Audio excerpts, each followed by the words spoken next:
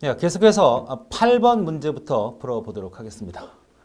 자, 이 8번 문제는 최소 비용 추리의 세 가지 방법론에 대한 문제입니다. 그래서 우리가 크루스칼과 프림, 솔린이 있었고 가장 많은 질문들이 있었는데 이번 최근에 나왔던 그 전산직 9급 문제에서 출연이 됨으로써 여러 가지 논란이 될 수 있는 것을 이 문제로 정리를 하겠습니다. 왜냐하면 프림이나 솔린 같은 경우는 학자들마다 또 원서, 또 교재마다 조금씩 이론 차이가 있었습니다. 어떤 것이 맞다, 어떤 것이 틀리다. 그 자기가 집필하거나 강의했던 내용이 맞는 그런 기준으로 평가되었던 게 사실인데 어쨌든 우리는 시험을 보는 입장에서는 국가고시의 기준을 맞출 수밖에 없죠. 그러니까 출제자는 프림을 이렇게 풀더라. 그러니까 여러분 앞에서 배웠던 이런 내용들은 무조건 지금 설명하는 기준으로 정리를 해 두셔야 됩니다. 아시겠죠? 자, 그래서 첫 번째, 풀림을 풀기 전에 우리는 배웠던 세 가지가 있었죠. 크루스칼, 그 다음 풀림, 솔린을 하나하나 설명해 놓고 연태껏 다뤘던 그래프들을 다 같이 한번 다뤄볼 겁니다. 자, 이거죠. 최소 비용 신장치를 구하고자 한다. 0부터 출발할 경우에 가장 마지막에 선택되는 간선이 옳은 것은 뭐냐 이렇게 했죠. 자, 풀림이 처음으로 등장됐다. 국가고시에. 자, 그럼 하나하나 일단 설명해 보겠습니다. 크루스칼로 보죠. 크루스칼. 자, 크루스칼은 어떤 겁니까? 크루스칼은 여기서 나온 최소 가장 작은 것부터 출발을 시키는 거죠. 그죠? 가장 작은 얘부터 연결해 나가는 거잖아. 그러니까 크루스칼은 또 순서로 되는 게 아니라 이 간선 중에 가장 작은 것부터 연결. 이거 연결하고 그다음에 이거부터 연결하네. 이거 연결하고 이렇게 진행하는 거 맞죠? 자, 진행을 해보죠. 자, 그림을 편의상 이렇게 그렸습니다. 그렇죠? 자, 가장 작은 게 뭐야? 10, 28, 14, 16에서. 이게 가장 작죠? 이게 첫 번째. 지금 크루스칼을 하는 거예요. 그 다음에 작은 건 뭐야? 이게 첫 번째. 그 다음 작은 건 뭐죠? 10이죠, 12. 12가 연결되면 이게 두 번째. 자, 그래서 이걸 일일이 다 쓰기가 귀찮아서 제가 그려놨습니다. 해보죠. 자, 첫 번째 가장 작은 거죠. 지금 크루스칼입니다. 그래서 어디야? 그 다음에 10이죠. 12보다 작은 게 있어 없어? 12. 두 번째. 그 다음에 어디야? 12, 13 없고 14 이거죠. 세 번째. 그 다음 뭐가 있습니까? 14 다음 15 없고 16 없고 16 있네. 16. 이게 네 번째. 그 다음에 어디 있습니까? 16 다음에 17. 17 없죠? 18. 18 있죠? 18. 근데 18을 연결하면 뭐가 돼? 뭐가 됩니까? 사이클이 형성되니까 안 돼. 18 통과. 19 없어. 20 없어. 21 없어. 22가 연결이 돼야 되죠? 22. 이게 다섯 번째. 그 다음 23 없고 24. 24 연결을 할 수 있지만 뭐가 형성이 돼? 사이클이 형성되니까 안 돼.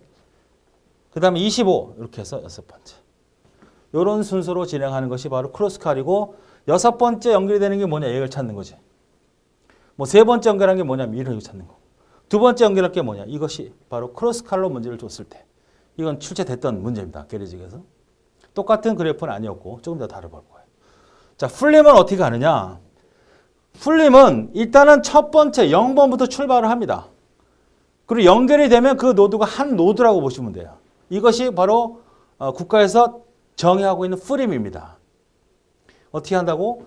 연결을 했잖아. 그럼 이 연결된 한 덩어리가 하나의 원이라고 보시면 된다. 자, 보시죠.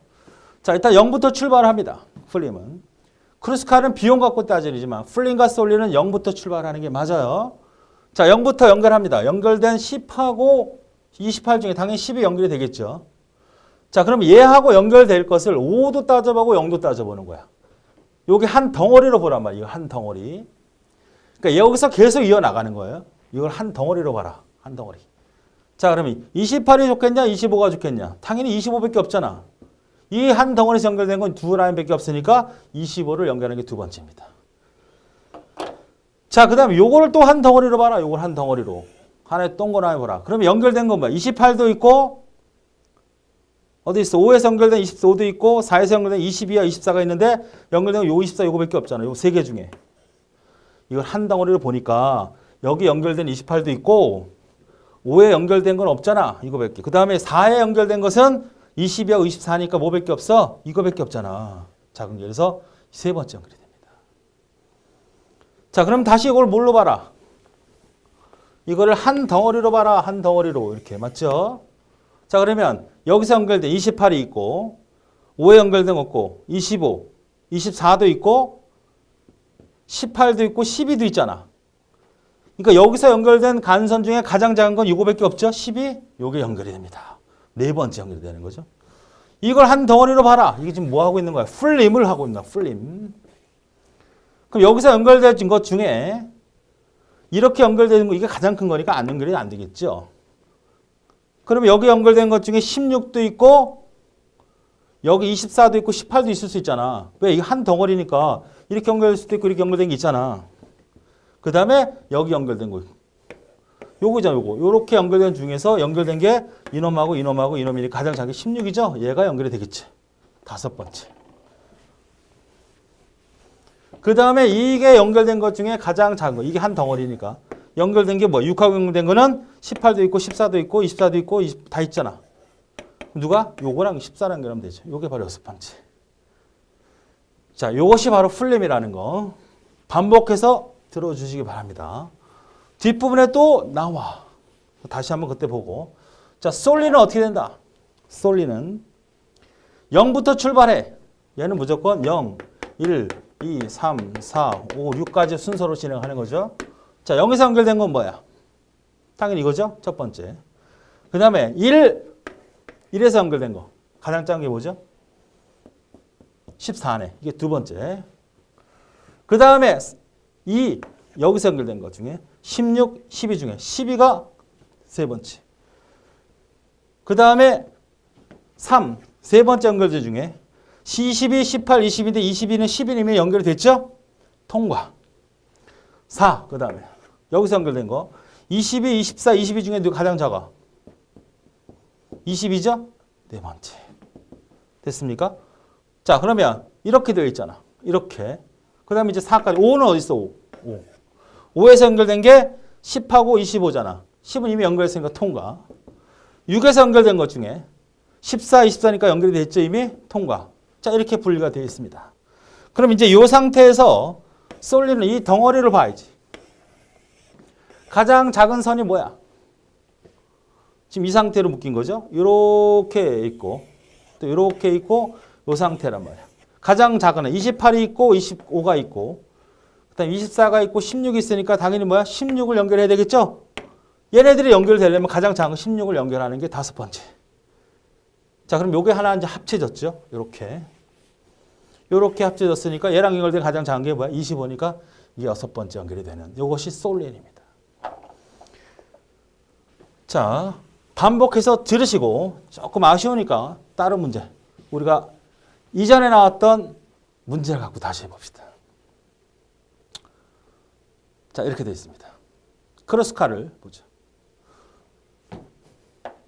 크로스칼 뭐야? 비형으로 따진다 그랬지. 가장 작은 게 뭐야? 이거지. 맞습니까? 첫 번째. 그 다음에 2, 3 요거 연결하겠죠? 크로스칼. 그 다음에 3 다음에 4 있네. 요거네. 세 번째. 그 다음에 5는 될 수 있지만 뭐가 돼? 사이클 형성이 되니까 안 되지. 6 있죠? 7 하면 되겠지만 사이클 형성되니까 안 되지. 8은 이렇게 연결되고 이렇게 하면 상관없지. 똑같으니까 8. 요게 크로스칼입니다. 자, 그러면 풀림으로 가보죠. 풀림은 0부터 간다 그랬죠? 자, 여기서부터 가장 작은 이거죠. 연결 첫 번째. 이게 한 덩어리라 그랬어. 그럼 여기 연결된 5하고 2하고 6하고 11 중에 이 한 덩어리에서 가장 작은 비용은 얼마야? 요거죠. 그죠? 2가 연결되는 거야. 두 번째. 자, 요게 이제 한 덩어리야. 이 덩어리에서 연결된 것 중에 7도 있고 6도 있고 11도 있어. 누구야? 당연히 7과 6하고 11이니까 이거 연결되겠죠? 아, 이게 세 번째. 지금 풀림을 하고 있는 겁니다. 풀림. 자, 이 덩어리에서 연결될 수 있는 건 요것도 연결될 수 있고 또 요것도 연결될 수 있죠. 또 이렇게도 연결될 수 있잖아. 근데 비용이 여기 11이고 여기 3이고 여기 8이니까 당연히 이쪽이 가장 작으니까 이렇게 연결되겠죠? 자, 3. 그 다음에 나중에 이렇게 연결되고 똑같은 목을 갖추면 되니까 이게 5번째. 어쨌든 결론은 똑같은 거야. 어떤 방법으로 찾아가든 간에. 이게 바로 풀림. 자, 솔린으로 풀어보죠. 솔린은 어떻게 된다? 0, 1, 2, 3, 4, 5까지 있죠. 이 순으로 진행한다 그랬습니다. 자, 0에서 연결된 것 중에 가장 중요한 이거 첫 번째. 이걸 가져야죠. 2하고 5하고 7 중에 가장 짧은 거 이쪽이죠. 두 번째. 그 다음에 어떻게 여기서 4하고 2하고 6하고 11이 있는데 가장 작은 게 이거지만 연결이 됐으니까 통과. 3도 돼서 7하고 6하고 3하고 8 중에 누가 가장 작아? 이게 연결되죠. 그렇죠. 그 다음에 4. 얘하고 연결 중에 11하고 3하고 8인데 이미 연결됐으니까 통과.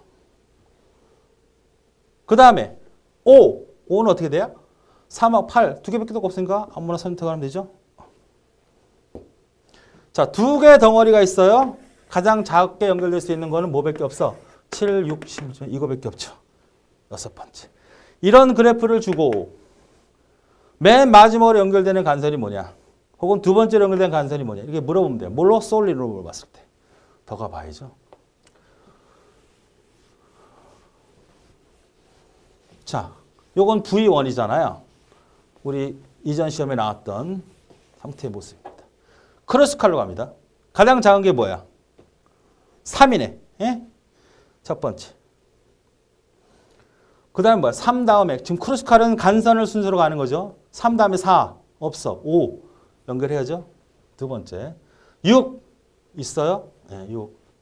7 연결하면 사이클 형성되니까 안 되지. 8 없어. 9 여기 있네. 연결되죠? 9 10 사이클 형성되면 안 돼.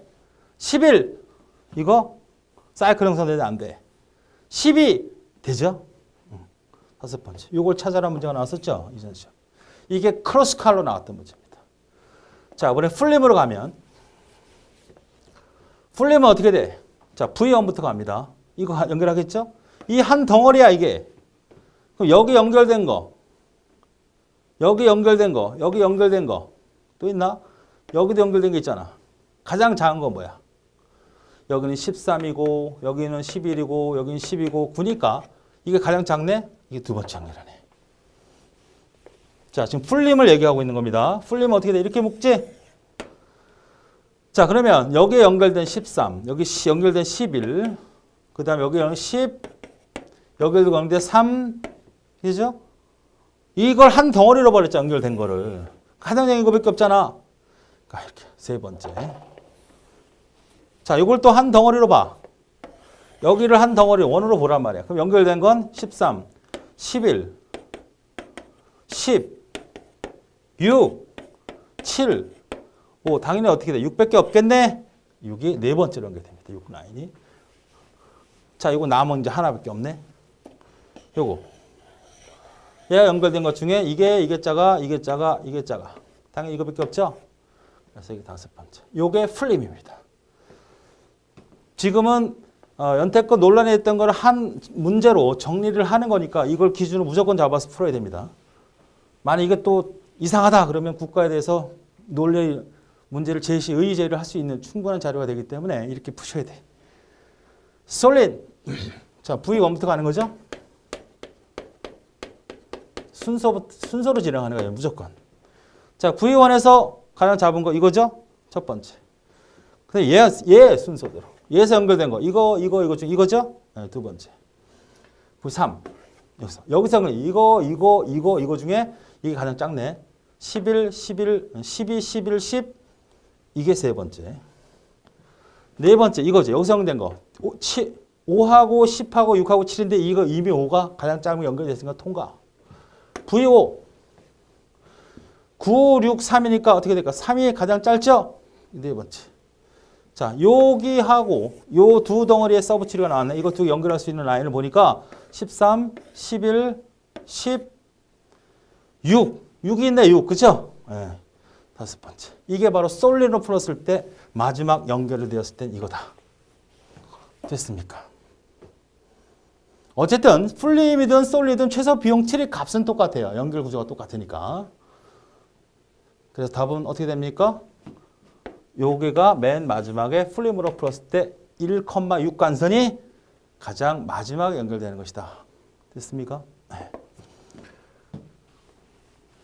자, 그 다음 9번. 가상기억 장치의 구현 방법으로 페이징과 세그먼트. 페이징과 세그먼트가 전혀 모르겠다 그러면 다시 돌아가서 들으셔야 돼요. 페이지 기법의 크기가 2K 바이트면 하나의 페이지가 이 한 페이지라 여러 개의 페이지가 있는 것 중에 이 하나의 페이지가 얼마라고? 2K 바이트라고 해요. 그랬을 때 가상주소 했을 때 페이지 오프셋은 얼마냐? 이게 오프셋이거든요. 그러니까 만약에 여기서 이 크기가 얼마야? 바이트로 나누는 거 아니야. 응? 여기서부터 이만큼 떨어진 거, 여기서부터 이렇게 떨어진 거, 이렇게 떨어진 거리를 우리는 옵셋이라고 그래요. 응? 얼마큼 떨어진 거리, 가지거리라고 얘기하는. 그러면 오프셋은 K비트면 가능하다는 얘기인데, 자, 이 K바이트는 어떻게 되냐? 만약에 예를 들어서 이에 6이라고 하자고. 응? 그럼 몇 바이트라 이거야? 64바이트 아니야? 이게 몇 개라는 거야? 64개라는 거잖아. 그럼 64개를 지역할 수 있는 주소는 몇 개면 돼? 또 줄여볼까? 2에 2바이트라고 합시다. 그럼 4바이트지. 4바이트 하나, 둘, 셋, 넷. 하나, 둘, 셋, 4개. 주소 몇 비트면 돼? 응? 주소가 몇 비트면 돼?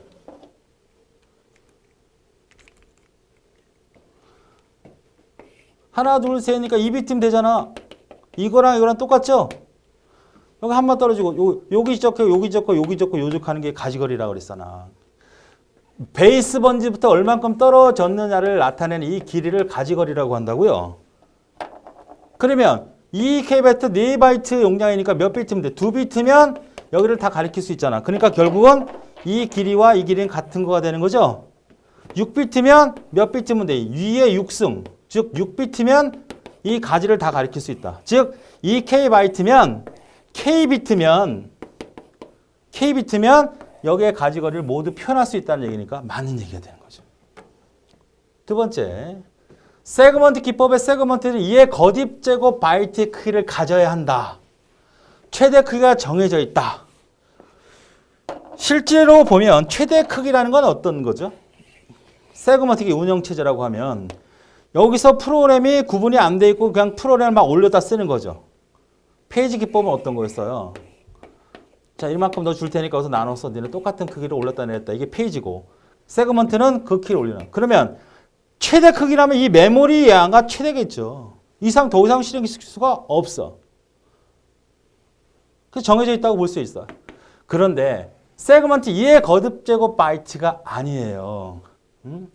2의 거듭이라는 건 2, 4, 2의 1승, 2, 2의 2승, 4, 2의 3승, 8, 2의 4승, 16. 이 크기로만 세그먼트 크기가 돼야 된다는 얘기거든요.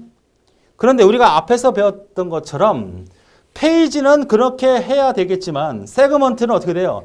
그 내용으로 분리를 해야 되니까. 여러분이 기본소와 교재가 8과목이죠. 8과목이 똑같이 잘라낼 수가 없잖아. 운영체제가 또 전산기교조가 소프트웨어 공학이 길이가 페이지가 있잖아요. 그게 항상 짝수 페이지로 해야 됩니까? 그렇지 않죠. 그 내용에 맡겨서 전혀 거듭 제곱에 비가 되지 않을 수 있단 말이죠. 이게 이렇게 안 되고 15바이트가 될 수도 있잖아.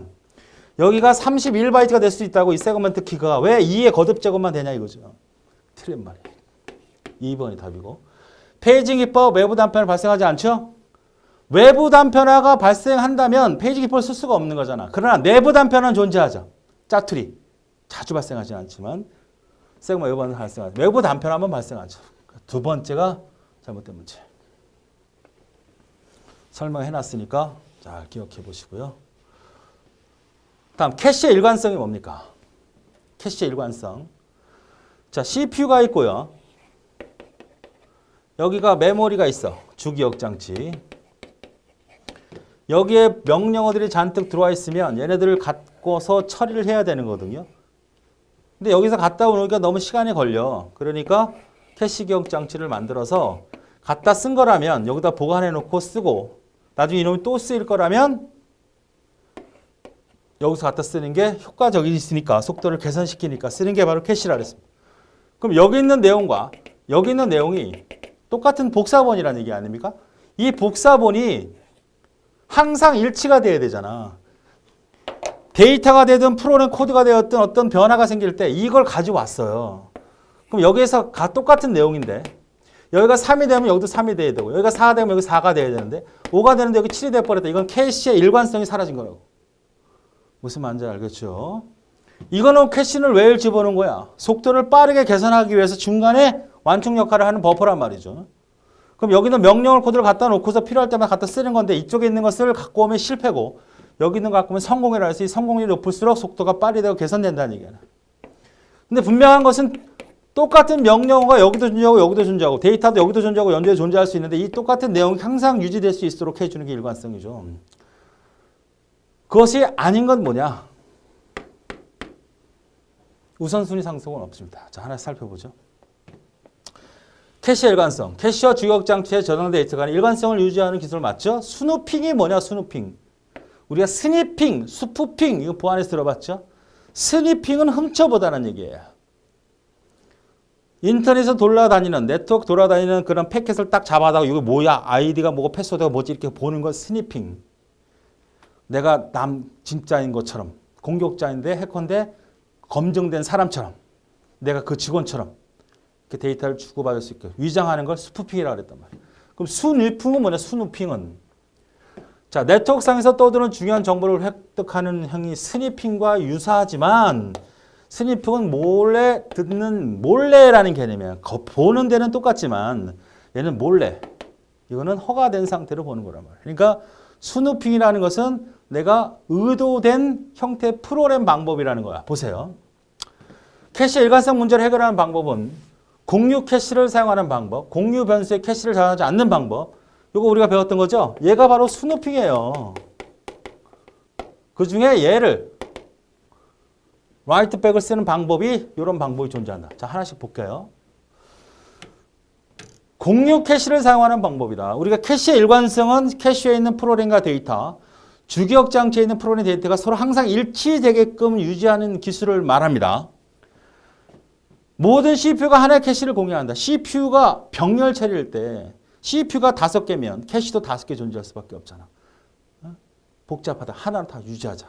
무식하지만 일관성을 유지하는 방법입니다. 공유 캐시에 저장하는 방법. 변경이 되는 공유 데이터. 우리가 캐시로 이용했던 그런 데이터나 프로그램 변경이 되는 것들만 변경이 되는 것들은 절대 캐시를 안 써. 변경이 안 되는 것들만 쓴다.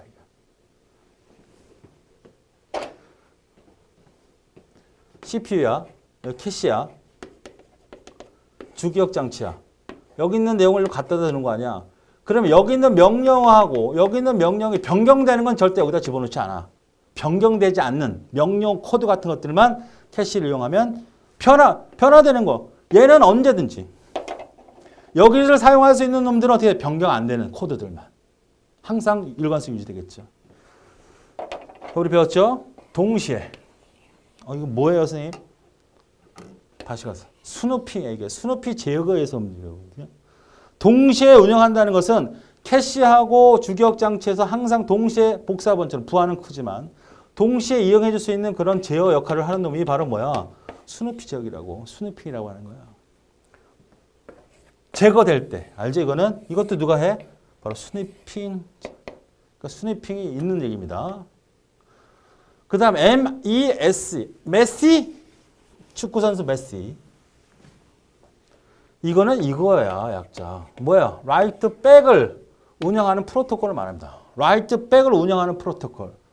그래서 명령어가 존재하는데 그 명령어 약자를 따서 MES.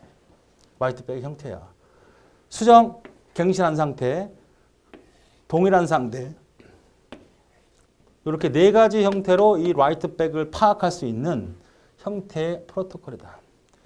디렉토리 기반이라는 것은 병렬 컴퓨터, 병렬 컴퓨터는 CPU가 여러 개라는 얘기예요. 여러 개가 된다는 것은 그만큼 많은 양의 캐시를 쓴다는 얘기고 그 많은 양의 캐시를 관리할 수 있는 폴더가 필요하다고 생각합니다. 폴더.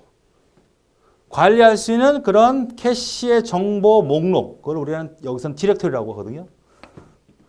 복사분열에 관한 정보를 관리하는 리스트를 우리는 뭐라 디렉토리라고 한단 말이야.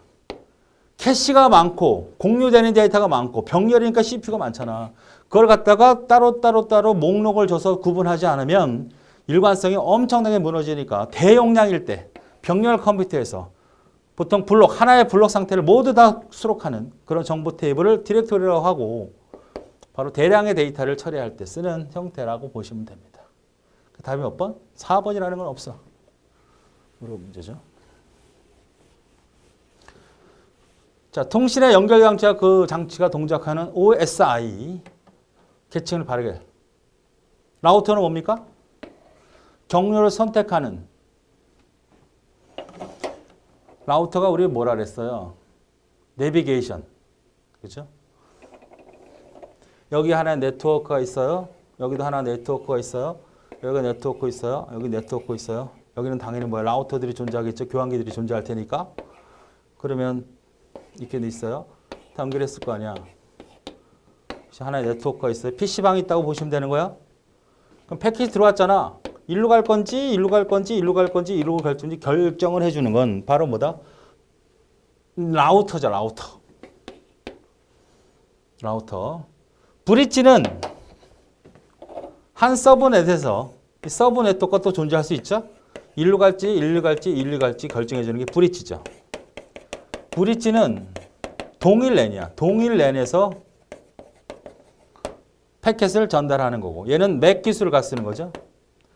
맥 주소, 즉 컴퓨터의 물리적인 랜 카드 주소를 갖고 분배해 주는 거라면 이 네트워크에 사용되는 이 라우터는 IP 주소 가지고 하는 거죠. IP 주소를 가지고 분배를 해주는 겁니다. 리피터는 뭐야? 증폭키죠. 신호가 떨어졌을 때 팍팍팍 올려주는 증폭키야. 그래서 얘는 기계적인 물리 계층이라고 하고 브릿지는 2번 계층인 데이터 링크층이고 그 다음 라우터는 바로 네트워크 계층이죠. 이 계층, OSI 계층에 대한 따라서 기술을 찾을 수 있느냐를 물어본 거예요. 잘 아는 문제죠. 그래서 라우터는 네트워크 계층이 맞고요. 그 다음 브릿지는 데이터 링크, 그 다음에 리피트는 이것이 맞습니다. 지금 현재로서는 여기에 게이트웨이라는 게 하나 추가될 수 있는데 실제로는 얘는 경로 선택기이면서 3번 계층의 장비지만 게이트웨이는 어떤 거죠? OSI 7 계층을 다 지원해 주는 거죠. 실제 장비는 어떻게 된다? 실제로는 동일하게 사용한다. 즉 라우터가 게이트웨이 역할을 한다. 그래서 게이트웨이는 서로 다른 랜을 연결할 때 서로 다른 랜, 서로 같은 동일 랜 구분하셔야 돼요. 브릿지하고 게이트웨이. 자, 그래서 뭐 계층 간의 기술을 물어봤습니다. 답은 첫 번째가 되겠죠.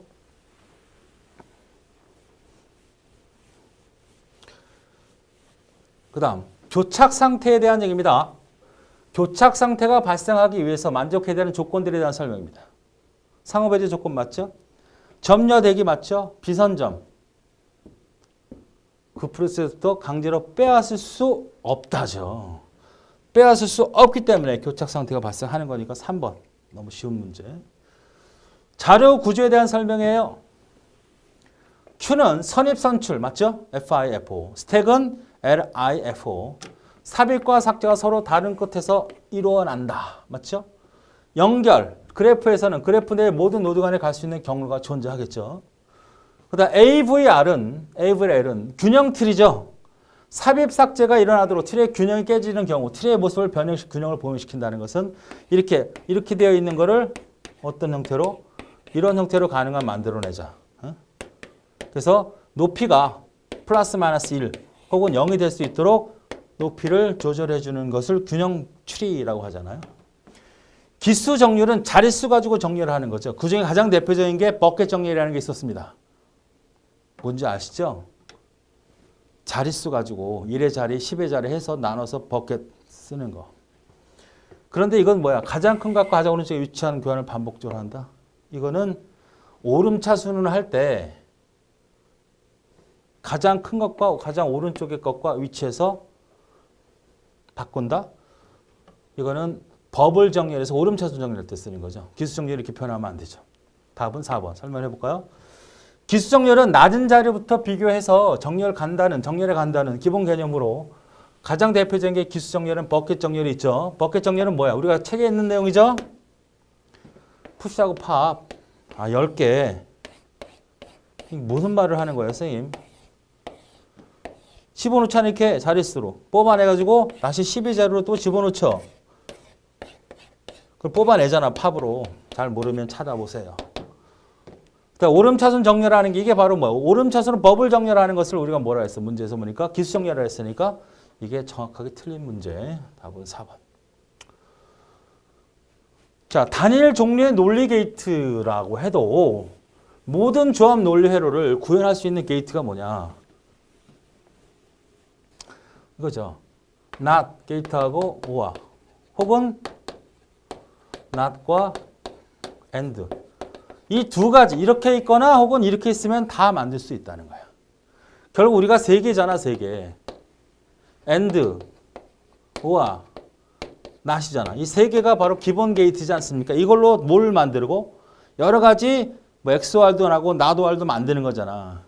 근데 이 세 개가 반드시 있어야 되는 건 아니라고. not은 반드시 있어야 되겠고 둘 중에 하나 선택되면 돼. 자, 해보죠. A하고 B 이게 뭐야? A 플러스 B면 0, 0, 0, 1, 1, 0, 1, 1이잖아. 그러니까 여기 0, 1, 1, 1이죠. 그러면 A, B, A, B 이건 뭐죠? 0, 0, 0, 1, 1, 0, 1, 1 여기는 0, 0, 0, 1이잖아. 이거는 뭐예요? OR 게이트의 진리표고 이거는 AND 게이트의 진리표잖아. 그러니까 NOT 게이트만 있으면 이렇게도 만들 수 있고 거꾸로 이렇게도 만들 수 있다는 얘기지. 볼까요? 얘가 없다고 가정을 하는 거야. AND 게이트가. 그럼 이런 게이트를 이거 갖고 만들 수 있느냐? 보세요. 자, A NOT을 해보죠. NOT은 가능하죠? B NOT을 해보죠. 그럼 여기는 0, 0, 0, 1, 1이 아니라 그냥 이렇게 쓸게요. 헷갈릴 수 있으니까. 뭐 하자는 거야? OR 게이트하고 NOT만 가지고 AND 게이트를 만들겠다는 거 아니야? 그러면 A, B 이런 형태로 만들면 되잖아. 이렇게 0, 0, 0, 0, 0, 1, 1, 0, 1, 1 자, A NOT과 B NOT을 NOT 게이트 써도 되잖아요.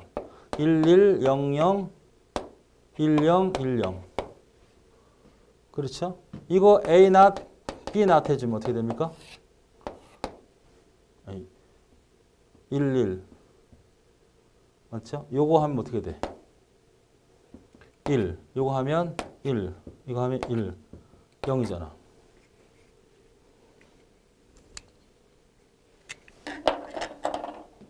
이거 만들면 되잖아. 이거 뭐 해주면 돼? 이거 부정하면 되네. 0, 0, 0 만들 수 있잖아. 이 두 개를 가지고 지금 AND 게이트 쓴 거 없어요? 이건 똑같잖아. 이게 뭐예요? A NOT 플러스 B NOT 드모로가 아니야. 몰라? A NOT, NOT의 NOT B의 NOT의 NOT A 만들 수 있잖아. 맞습니까? 마찬가지야. 이걸 가지고 이렇게 만들 수도 있는 거야. 그래서 NOT하고 OR 혹은 NOT하고 AND 게이트만 존재하면 모든 회로를 다 만들 수 있다. 그래서 요거 인버터라는 것은 직류를 교류를 직류로 바꿔주는 그런 기기죠. 썼습니다. 맞죠? 설명했던 그대로. 15번 데이터베이스 데이터 모델에 대한 설명입니다. 트리, 계층형 트리, 관계는 테이블로 연결시켜 주는 거죠.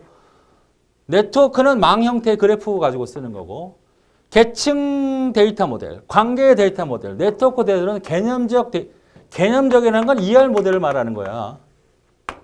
얘네들은 뭘 말하는 거야? 논리적 데이터 모델이잖아. 논리적. 차례만 봤을 때. 개념 데이터는 ER 모델을 말하는 거야. 계층력 이건 다 뭐야? 논리적 데이터 모델이잖아요. 내용 깊이보다는 겉모습. 아, 지금 우리가 배우고 있는 이 세 개는 무슨 모델이다? 논리적 데이터 모델이고 ER 모델이 바로 뭐 개념적 데이터 모델이다. 그중에 얘를 가장 많이 쓰죠. 관계 DB.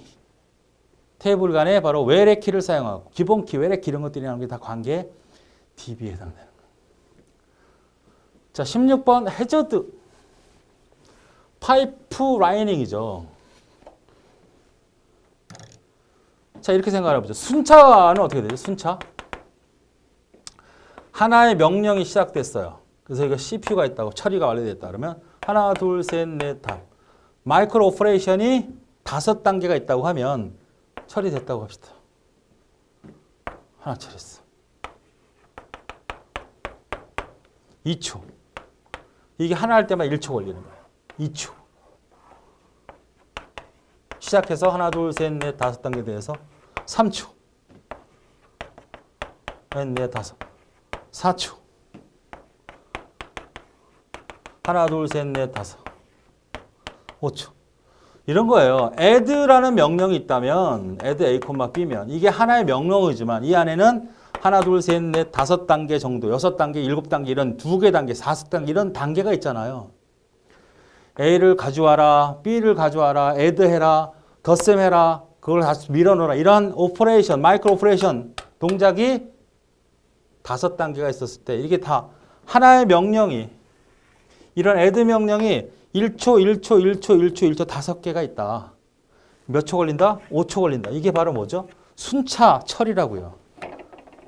병렬 처리는 어떻게 될까요?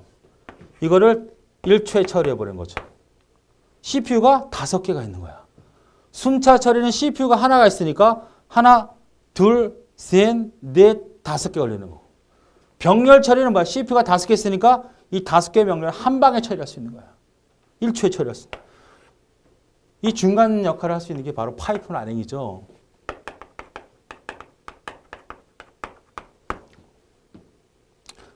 자, 하나, 둘, 셋, 넷, 5. 처리됐죠? 두 번째, 이렇게 그림을 그리면 이해할 수 있는.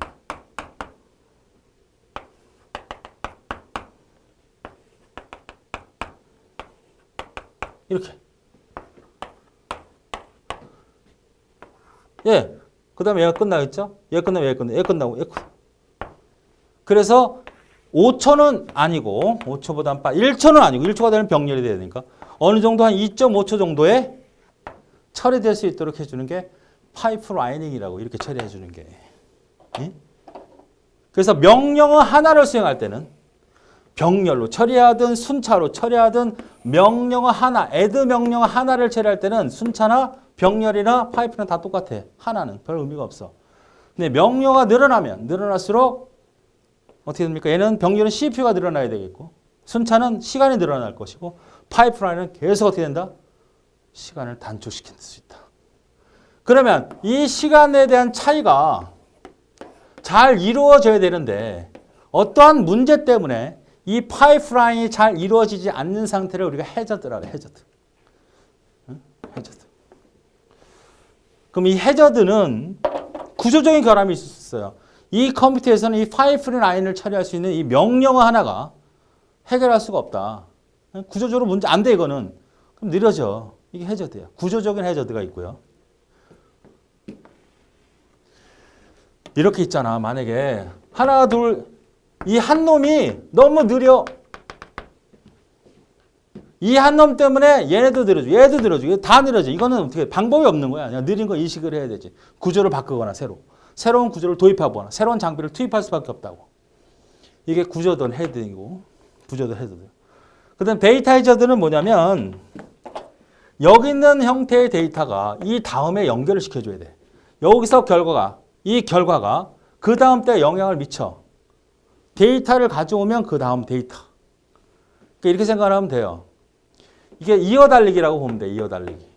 그럼 이놈이 바톤을 넘겨줘야 그 다음을 넘겨가. 그럼 이 놈이 넘겨주지 않으면 이건 넘어갈 수가 없죠. 그런 형태를 우리가 데이터 해저드라고 하는 거고, 분기 쪽의 해저드는 제어. 이놈이 어떻게 방향을 지시하는 어떤 제어 분기 명령이 없다면 분기를 시켜주는 명령을 주지 않으면 해저드가 생겨. 그러니까 해저드는 이 파이프라이닝을 제대로 수행하지 못하고 점점 느려지거나 문제가 생길 수 있는 걸 다 해저드라고 하는데, 구조적인 문제, 데이터에 대한 문제, 어디를 분기할 때 제어 부분 문제, 이런 것들을 세 개를 묶어서 데이터 해저드, 구조도. 해결 방안이 뭐냐? 데이터를 미리 예측하는 겁니다.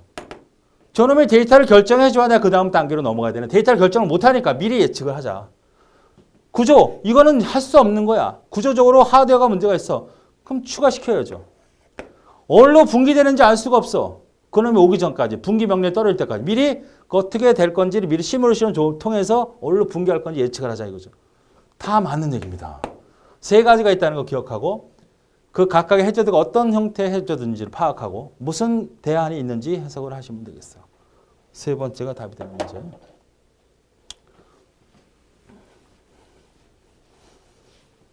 되겠습니까? 네. 답은 3번, 4번. 자, 유비쿼터스에 대한 컴퓨터에 대한 문제입니다. 감지 컴퓨터는 센서 등을 이용하여 사용자 상태 또는 주변 환경을 인식하여 필요 정보를 제공하는 기술이다. 감지, 센서를 얘기하고, 노매딕이라는 것은 이거는 현실 세계와 가상, 현실 세계와 가상화면 거는 증강현실을 말하죠. 증강현실. 현실 세계에서 가상을 입혀버려서 사용되는 기술. 노매딕이라는 것은 유목민들을 보통 노매딕이라고 그래요. 그러니까 유목민이 뭐야? 장소를 계속 이동하잖아요. 자, 유비쿼터스는 같은 말입니다, 이게.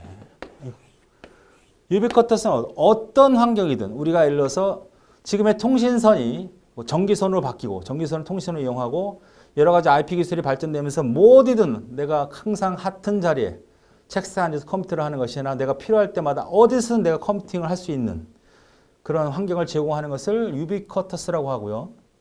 그 유비쿼터스 환경은 바로 뭐다? 기술적인 개념이라고 하면 이 노매딕은 사회적인 개념이에요. 언제 어디서든지 내가 컴퓨팅을 할 수 있는 그런 환경을 제공한다는 모든 토탈 형태의 기술을 제공하는 거 유비쿼터스라고 하면, 노매딕은 사회적인 형태, 똑같은 형태다라고 봐도 상관이 없어. 이건 증강현실, 저건 노매딕은 유비쿼터스가 하는 개념. 웨어레이블은 컴퓨터에 도체 편집할 수 있도록 기술이고요. 입는다는 뜻이죠.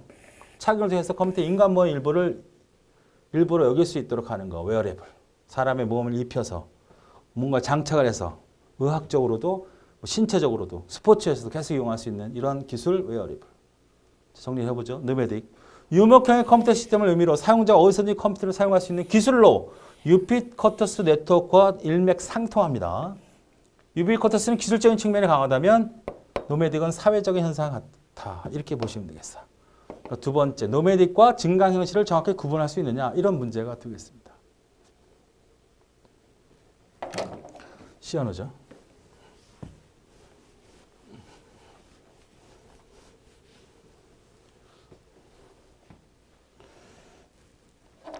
자, 정수형 배열을 4개 선언했네요.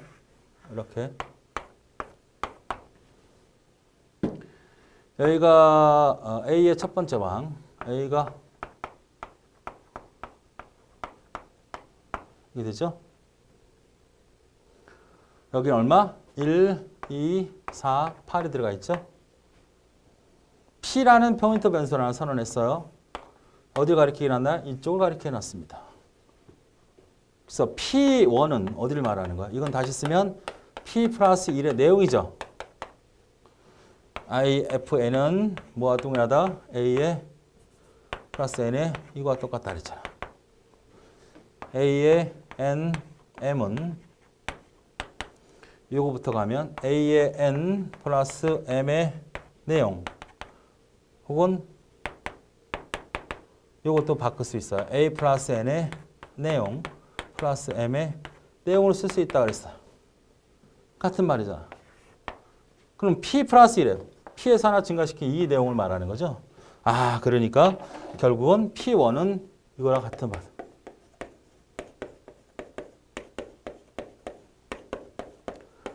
자, 같은 사용 형태지만 이 A는 뭐야? 같은 형태잖아. 이 A는 뭐야? 상수야, 상수. 이 P는 뭐죠? 변수입니다.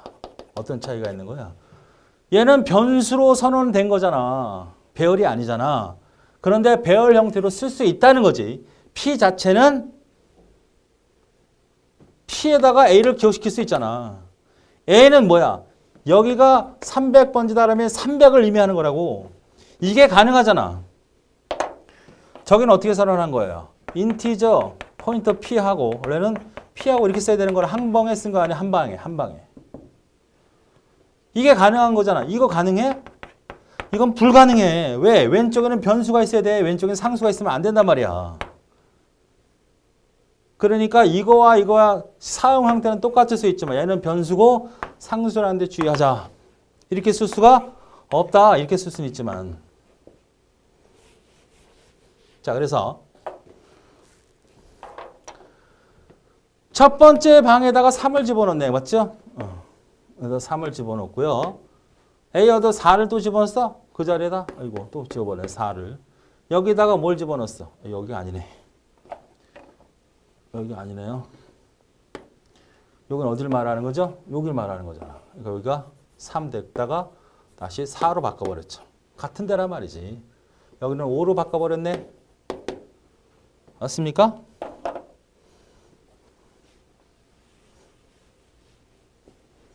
그래서 이걸 도해서 찍으래요. 여기다가. 이것도 도해서 찍으래. A1과 P1. A1과 P 똑같은 건데 8이네. 이거 똑같은 거네. 10이네. 8하고 10을 찍어내는 문제. 이 정도는 충분히 이해할 수 있어야 됩니다. 다음 19번. TCP/IP 프로토콜에서 TCP/UDP에 대한 설명으로 옳지 않은 것은 뭐냐 이랬어요. TCP는 내가 어떤 네트워크든 이쪽 A 네트워크가 있고 여기가 B 네트워크가 있으면 쭉 가서 연결해도 돼. 이 응답을 받아야 이렇게 링크 설정이 되는 거죠. 그냥 알아서 가 목적지까지. 이게 UDP. 여기는 TCP. TCP라는 자체는 쉐이크 핸드 설정이 필요해. 여보세요. 저 누군데? 아, 예. 그래. 이런 설정이 필요하단 말이야. 이 네트워크. 그래서 세션이 설정이 되는 거야. 그러니까 얘는 연결을 해야 돼. UDP는 어떻게 돼? 보내면 끝이야. 얘는 응답을 받고 데이터를 보낸다면 얘는 응답 없이 그냥 데이터를 보내는 겁니다. 불안하고 속도가 빠르고 여기는 속도가 안정적이지만 속도는 좀 느려. UDP 전송계층 맞죠? UDP는 중복 전송 오류를 허용한다. 텔넷 FTP인데 단순 FTP. FTP가 뭐죠? 파일을 주고 다운받고 보낼 수 있는 파일 전송 프로토콜을 FTP라고 하는데 T가 붙으면 단순이야, 단순. 무슨 얘기냐? FTP는 TCP를 쓰고요. TFTP는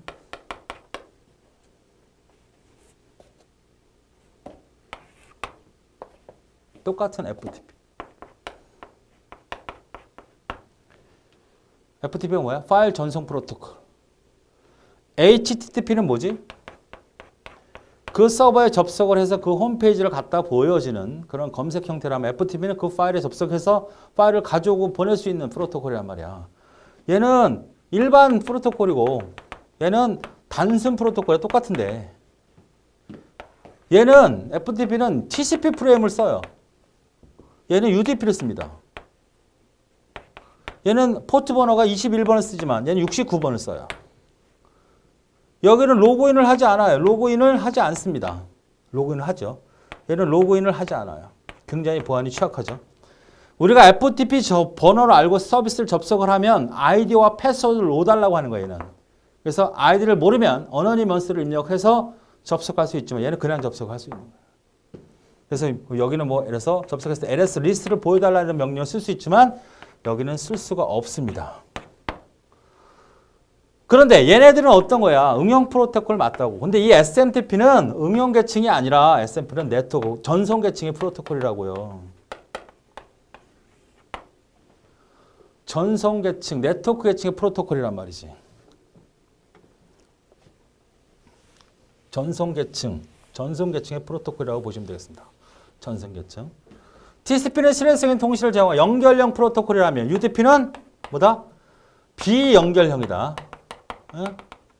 얘는 연결을 해놓고 TCP는 연결을 해놓고 데이터를 전환하니까 연결형.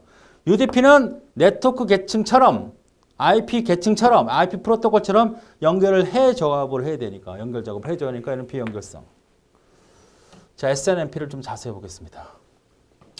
자, 텔넷 FTP 응용 계층의 서비스 SNMP는 전송 계층의 서비스다. 그게 틀렸어요. 답이 그거에 해당되는 FTP 설명한 대로. SNMP 보세요. TCP, IP 인터넷 기반의 네트워크에서 각 컴퓨터에 정기적으로 여러 가지 정보를 자동적으로 수집하여 네트워크를 관리하게 하는 프로토콜이다. 초기에는 ICMP라는 거 있었어요. 핑이죠, 핑. 내가 지금 인터넷이 연결이 됐는지, 핑을 쏴서 저쪽 네트워크 제대로 원활하게 됐는지, 패킷이 정확히 전달이 되는지, 거기시 왜 패킷이 들어오지 않으면 네트워크가 막혀 있는지, 열려 있는지, 이런 전체 네트워크에 대한 정보를 획득할 수 있는 프로토콜이 바로 ICMP고 거기에 응용된 프로그램이 바로 핑입니다. 핑. 하지만 너무 발전됐단 말이야, 지금 인터넷이. 이거 갖고 부족해. 그래서 표준이 필요했다. 그래서 이 SGMP라는 복잡한 네트워크 관리 서비스 프로그램을 만들기도 했지만 그건 너무 복잡해서 지금 현재는 SMP로 표준화한 겁니다. 트래픽, 속도나 여러 가지 패킷의 양을 관리할 수도 있고 매니저와 에이전트로 구분해서 동작을 하고 UDP로 쓰고, 이게 중요하죠? SMP는 UDP를 쓰고, UDP를 쓴다는 건 바로 전송 계층의 프로토콜이라는 얘기입니다. 161번, 160번 포트를 사용한다. 보시죠. 자, 이게 그림이 이렇게 그려져 있어요. 이게 관리자야. 나야, 나. 지금 네트워크 상태 어떠지?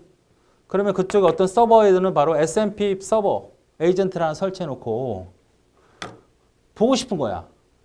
야, 네가 지금 갖고 있는 지금 형태를 파고 얘는 계속 모니터링 하는 거야. 전체 네트워크를 모니터링하고 그 정보를 내 컴퓨터에 저장하는 겁니다. 물론 이 안에는 어떤 정보들이 있을까요? 여러 가지 내가 관심을 두고 있는 네트워크 IP라든지 도메인들이 존재하겠죠. 그래서 내가 지금 상태는 어떤지 알고 보고해. 그럼 뭐야? get request 가져와라. 그럼 응답을 해주죠. 야, 네가 지금 관리하고 있는 상태가 언제인지 궁금하니까 가져와. 예, 갖다 주는 거야. 그 다음 예, 갖다 주는 거야. 같은 명령이지. 보내. 그 다음 아니야, 설정을 다시 해. set request. 예. 트랩은 얘가 요구하지 않더라도 내가 어떤 상황이 발생됐을 때 관리자한테 통보하는 겁니다. 이게 트랩이라네. 자, get request는 뭐라고? 이 서버 에이전트가 지금 네트워크 상태의 정보를 어느 정도 갖고 있는지 보고 싶을 때 달라고 하는 get list라는 명령을 주는 거고, 다음 거 달라고 get response는 바로 서버 에이전트에서 응답해주는 명령이고, set request는 관리자가 야, 지금 이렇게 설정을 해줘 해주는 명령이고, 트랩은 에이드 제동시간 보고와 같은 사건의 관리자에 의해서 보고하는 형태의 명령어다. 그러니까 명령어가 어떤 형태인지, 그 다음에 포트가 뭐를 쓰고 있는지, SNMP가 어느 네트워크 관리자인지, 어떤 계층에 쓰는 개념인지, 뭔지 그런 정도만 파악하시면 되겠습니다. 마지막 20번. 인터넷 사용되는 경로 배정 프로토콜의 자율 시스템 내부에서 경로 배정을 위해서 사용되는 것이 만 고른 거 이렇게 나왔죠.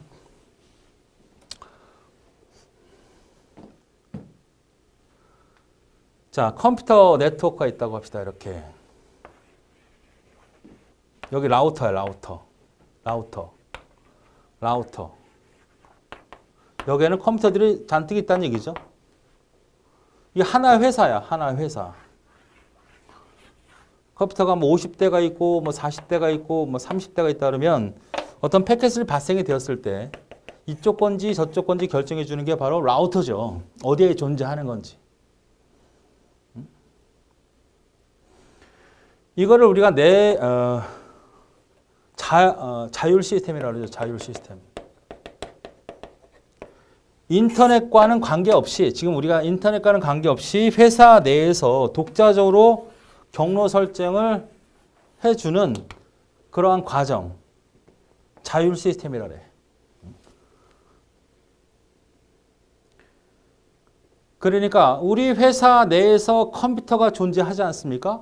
그러면 어떤 패킷을 발생했을 때 외부로 나가는 게 아니라 이 한 컴퓨터 네트워크 상에서 패킷을 어디로 보낼 건지, 경로 선택을 한 지역, 한 회사 내부에서 결정해주는 그런 라우팅 프로토콜이 있다면 그건 자율 시스템이라고 하는 겁니다.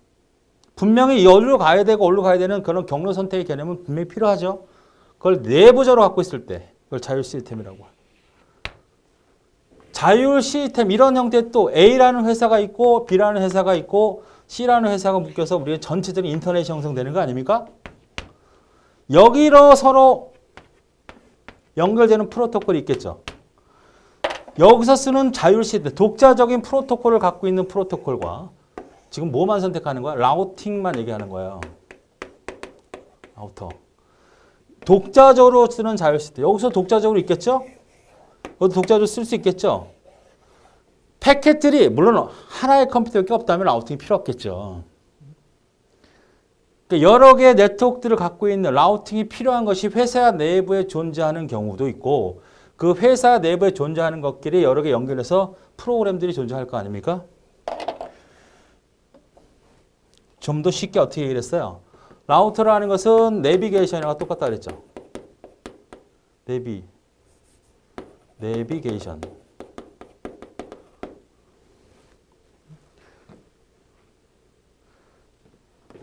우리 한국에서 쓰는 경로가 있을 거 아니야.